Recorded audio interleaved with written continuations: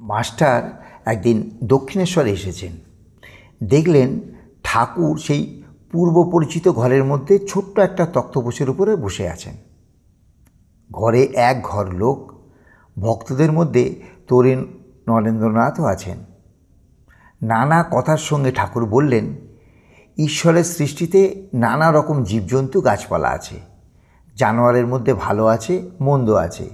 বাঘের মতো হিংস্র আছে, আবার গাছের মধ্যে অমৃতর ন্যায় ফল দেয় এমন গাছও আছে, আবার বিষফলও আছে। তেমনি মানুষের মধ্যে ভালো আছে, মন্দও আছে, সাধু আছে, অসাধু আছে। সংসারে জীব আছে, আবার ভক্তও আছে। জীব হলো চার প্রকার: বদ্ধজীব, মুমুক্ষু জীব, মুক্তজীব এবং নিত্যজীব।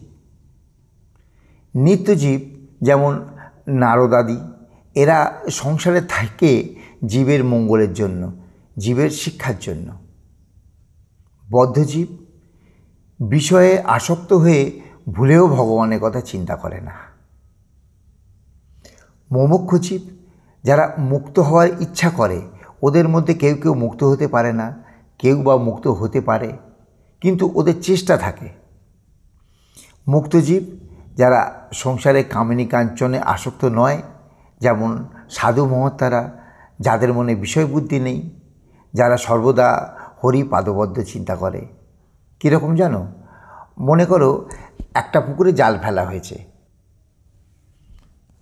দু চারটে মাছ এমন শেয়ানা, সে কখনো জালে পড়ে না।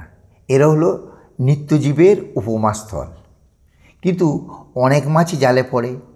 এদের মধ্যে কতগুলি পালাবার চেষ্টা করে, এরা হলো মুমুক্ষু জীব। কিন্তু সব সময় সব মাছই পালাতে পারে না। দু চারটে ধপাং ধপাং করে জাল থেকে লাফিয়ে পালিয়ে যায়। তখন জেলেরা বলে, ওই একটা বড় মাছ পালিয়ে গেল। কিন্তু যারা জালে পড়েছে তাদের মধ্যে অনেকেই পালাতে পারে না। তারা পালাবার চেষ্টাও করে না, বরং জাল মুখে করে পাঁকের ভিতরে গিয়ে মুখ চুপ করে গুজরে শুয়ে থাকে। মনে করে আমার আর কোনো ভয় নেই, আমরা বেশ আছি। কিন্তু জানে না জেলে হড়হড় করে জাল টেনে তাদের ডাঙায় তুলবে। এরা হলো বদ্ধজীবের উপমাস্থল।